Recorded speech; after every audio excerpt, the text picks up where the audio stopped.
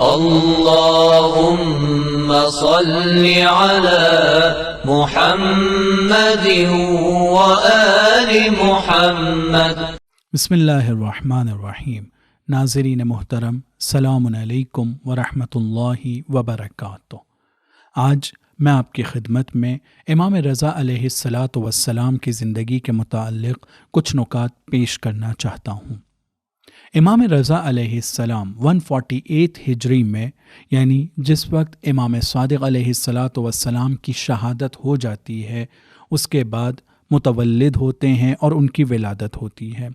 امام رضا کی شہادت 203 ہجری 203 ہجری میں ہوتی ہے۔ تقریباً 55 سال امام رضا علیہ الصلاۃ والسلام نے اس دنیا میں زندگی گزاری۔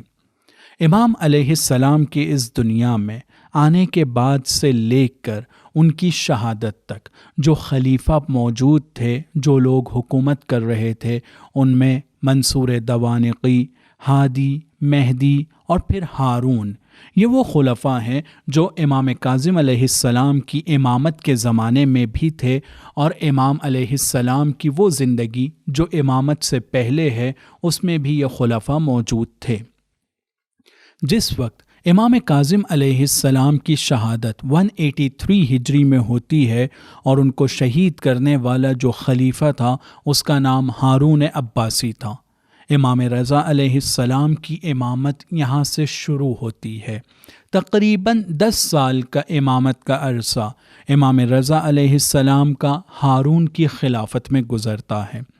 آپ سب اس بات کو بہتر جانتے ہیں کہ ہارون کے اس دنیا سے جانے کے بعد اس کے دونوں بیٹے امین اور مأمون، ان لوگوں میں ایک طولانی مدت جنگ چھڑتی ہے، اور اس جنگ کا مقصد یہ ہے کہ دونوں فرزند اس کے یہ چاہتے ہیں کہ وہ کسی طرح سے پورے عالم اسلام پر اپنی خلافت کو ثابت کر سکیں اور حکومت کر سکیں۔ یہ جنگ تقریباً 5 سال چلی ہے۔ 193 ہجری سے جو جنگ شروع ہوئی ہے امین اور مأمون کے درمیان، یہ 198 ہجری میں ختم ہوتی ہے، اور اس زمانے میں مأمون نے امین کو ہرا کر پورے عالم اسلام پر اپنے قبضے کو جما لیا تھا۔